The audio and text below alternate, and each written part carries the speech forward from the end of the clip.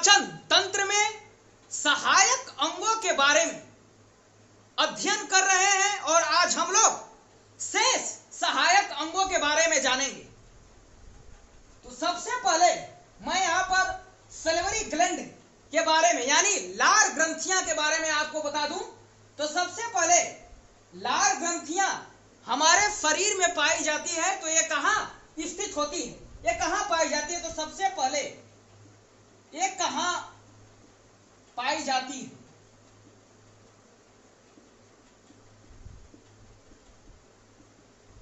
ये हमारे buccal cavity यानी मुख गुहा में स्थित होती है। बक्कल कैविटी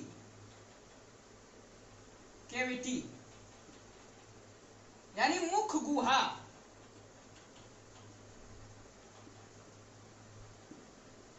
सलिवरी ग्लैंड मुख गुहा में स्थित होती है। ये ग्रंथियां हमारे बक्कल कैविटी के चारों तरफ पाई जाती है। और मैं देखिए बता देता हूं, मैन में यानी पुरुष में लार ग्रंथियां, इसमें देखिए पेयर में पूछा जाता है कि चूहे में मेढक में कितना होता है। तो देखिए मैन में 3 पेयर ये लार ग्रंथियां पाई जाती है। तो पुरुष में 3 पेयर यानी 3 जोड़ी लार ग्रंथियां पाई जाती है और चूहे में 4 पेयर यानी 4 जोड़ी सलिवरी ग्लैंड पाई जाती है। और यहीं पर मेढक में पूछ लिया जाए यानी मेढक में लार ग्रंथियां 9 पेयर यानी इसमें लार ग्रंथि नहीं पाई जाती है। तो सबसे पहले सलिवरी ग्लैंड यानी लार ग्रंथियां ये कहां पाई जाती है? बक्कल कैविटी यानी हमारे मुख गुहा में स्थित होती है। और मैन में 3 जोड़ी पाई जाती है और चूहे में 4 पेयर और मेढक में लार ग्रंथियां नहीं पाई जाती है।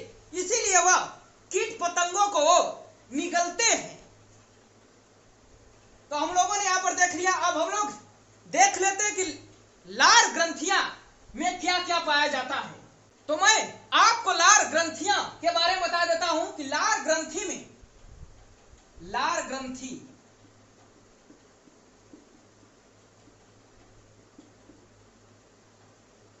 देखिए इसमें 99.9% वाटर पाया जाता है। वाटर यानी जल। तो लार ग्रंथियां में 99.9% क्या पाया जाता है? जल पाया जाता है। और शेष एंजाइम होते हैं। शेष एंजाइम पाए जाते हैं। तो शेष एंजाइम कौन कौन से होंगे?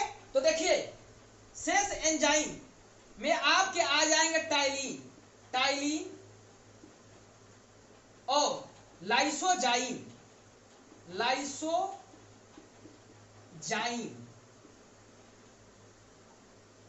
तो एंजाइम शेष कौन कौन से हो गए? शेष जो भी परसेंटेज बच रहा है उसमें क्या पाया जा रहा है? एंजाइम। और एंजाइम कौन कौन है? टाइलिन है और लाइसोजाइम। तो ये क्या, इनका काम क्या है? तो देखिए टाइलिन का काम है कार्बोहाइड्रेट को पचाता है। टाइलिन का काम कार्बोहाइड्रेट को पचाना। जैसे आप चावल रोटी खाते हैं तो ये कौन पचाता है? ये टाइलिन। और लाइसोजाइम क्या करता है? ये जीवाणुओं को नष्ट करता है। यानी जीवाणुओं को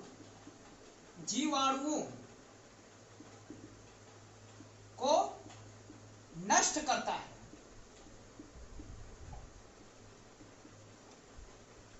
ये भोज्य पदार्थों के साथ हानिकारक जितने भी जीवाणु होते हैं उनको नष्ट करता है। कौन करता है नष्ट? लाइसोजाइम। तो हम लोगों ने देखा कि लार ग्रंथिया में 99.9% वाटर यानी जल पाया जाता है और जो शेष परसेंटेज में हमारा एंजाइम होता है। और एंजाइम में कौन कौन आते हैं? Ptyalin, lysozyme. टाइलिन का काम है हमारे कार्बोहाइड्रेट को पचाता है और लाइसोजाइम का काम क्या है? जीवाणुओं को नष्ट करने का काम करता है। और मैं आपको बता देता हूं कि हमारे जो शरीर में सबसे बड़ी लार ग्रंथि पाई जाती है, सबसे बड़ी लार ग्रंथि, ये पूछा जाता है कि सबसे बड़ी लार ग्रंथि कौन सी है, तो पैरोटिड्स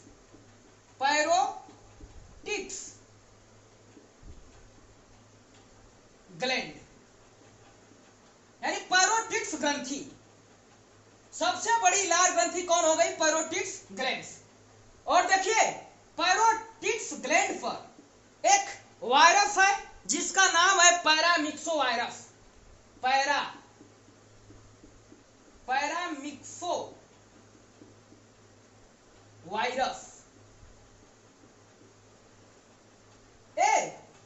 वायरस जो पैरामिक्सो वायरस है, पैरोटिड्स ग्रंथि पर यानी पैरोटिड्स ग्लैंड पर अटैक करता है। पैरोटिड्स यानी मैंने यहां पर लिखा है कि सबसे बड़ी लार ग्रंथि कौन है? पैरोटिड्स ग्रंथि है। और पैरोटिड्स ग्रंथि पर एक वायरस है जिसका नाम है पैरामिक्सो वायरस।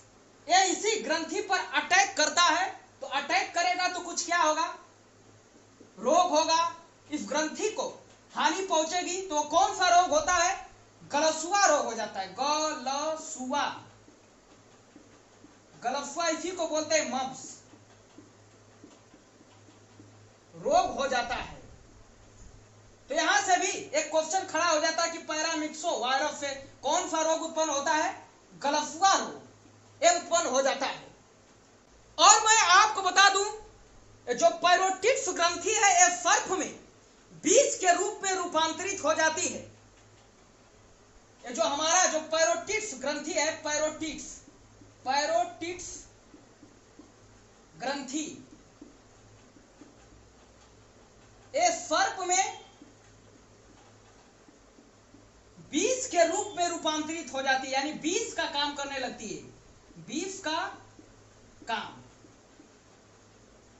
पैरोटिड्स ग्रंथि या सर्प में क्या हो जाती है? बीज के रूप में रूपांतरित हो जाती है। इसीलिए जो भी सर्प को पकड़ता है तो उसके दांत के साथ यानी उसके दांत के साथ उसके पैरोटिड्स ग्रंथि को भी वो काट देता है। साथ पैरोटिड्स ग्रंथि को भी ये क्या करता है? काट देता है।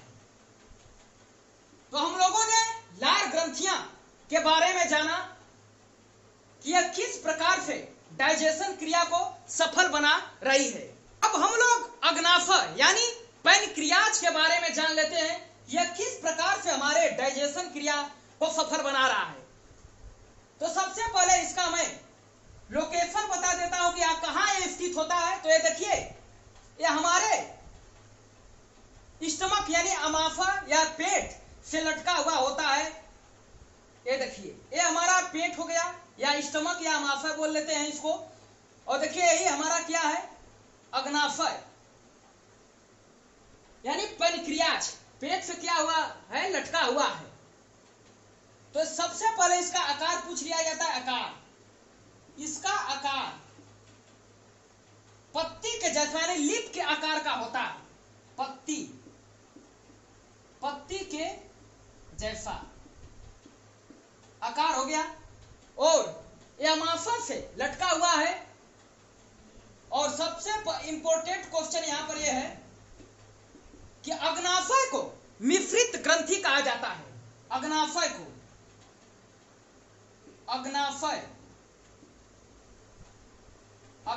को मिक्स ग्लैंड यानी में दो प्रकार की ग्लैंड्स पाई जाती है। पहला एक्सोक्राइन ग्लैंड्स और दूसरा एंडोक्राइन ग्लैंड्स, यानी बाह्यस्रावी ग्रंथि और दूसरा अंतःस्रावी ग्रंथि। तो देखिए बाह्यस्रावी ग्रंथि में 98% अग्नाशयी रस पाया जाता है। यहां पर मैंने लिख दिया है पैनक्रियाटिक जूस। बाह्यस्राव ग्रंथि में 98% क्या पाया जाता है? अग्नाशयी रस। और अंतःस्रावी ग्रंथि में 2% हार्मोन्स पाए जाते हैं या स्रावित होते हैं। तो देखिए अग्नाशयी रस में मौजूद होता है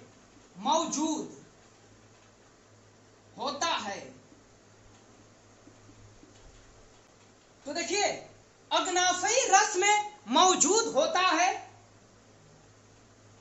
एमाइलेज एंजाइम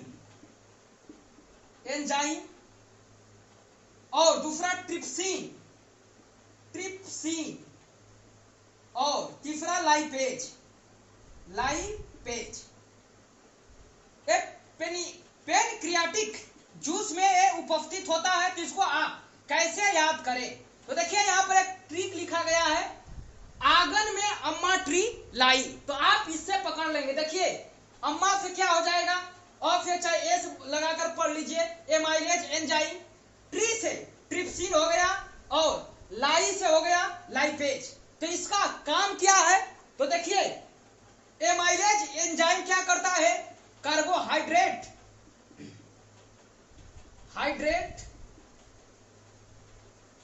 को पचाता है। ये क्या करता है? कार्बोहाइड्रेट को पचाता है। एमाइलेज एंजाइम क्या करता है? कार्बोहाइड्रेट को पचाता है। और इसमें देखिए ट्रिप्सिन, ये क्या करता है? प्रोटीन को तोड़ता है या पचाता है। और लाइपेज क्या करता है? वसा को पचाता है, वसा को।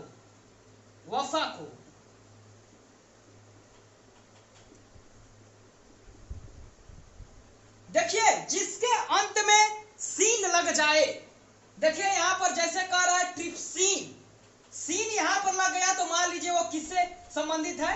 प्रोटीन से। और जिसके अंत में देखिए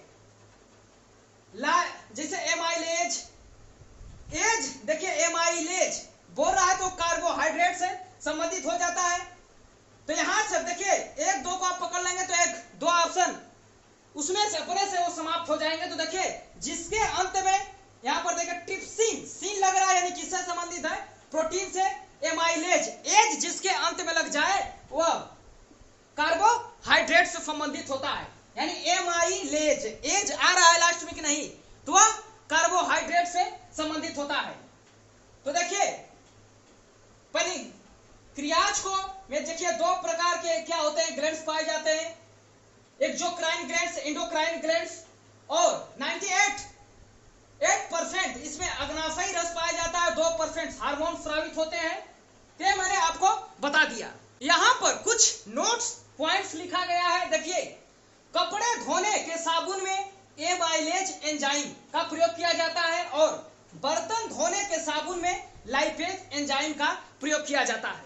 तो यहां पर देखिए नाम में बहुत कंफ्यूजन है, तो इसको आप कैसे याद कर सकते हैं? देखिए कपड़े धोने के साबुन में एमाइलेज एंजाइम और बर्तन धोने के साबुन में लाइपेज एंजाइम, एमाइलेज लाइपेज। तो देखिए इसमें से मैं एक को आपको क्लियर कर देता हूं कि कैसे, एक को मैं आपको याद करा देता हूं। जैसे देखिए जब भी किसी बर्तन जो गंदा हो जाता है देहात में, गांव में, तो वह हाथ से नहीं छूटता है। मान लेते कढ़ाई आपकी हो गई, यहां पर जल गई, तो जल्दी है कालिक उस पर जो लगा होता है वो छूटता नहीं है। तो गांव के औरत सब क्या करती हैं? वो लात से ही बर्तन को धोना शुरू कर देती हैं। तो यहां से हम लोग लात से तो हम यहां से लात से पकड़ लेंगे लाइपेज एंजाइम। तो एक क्लियर हो जाएगा, दूसरा एकदम अपने आप हो जाएगा।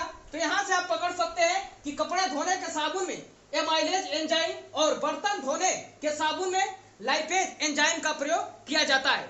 तो हम लोगों ने पाचन तंत्र के जितने सहायक अंग हैं उनके बारे में आसानी से हम लोग जान चुके हैं और हम लोग अब मेन ऑर्गन्स यानी आहार नाल के बारे में जानेंगे। आज के लिए इतना ही। जय हिंद।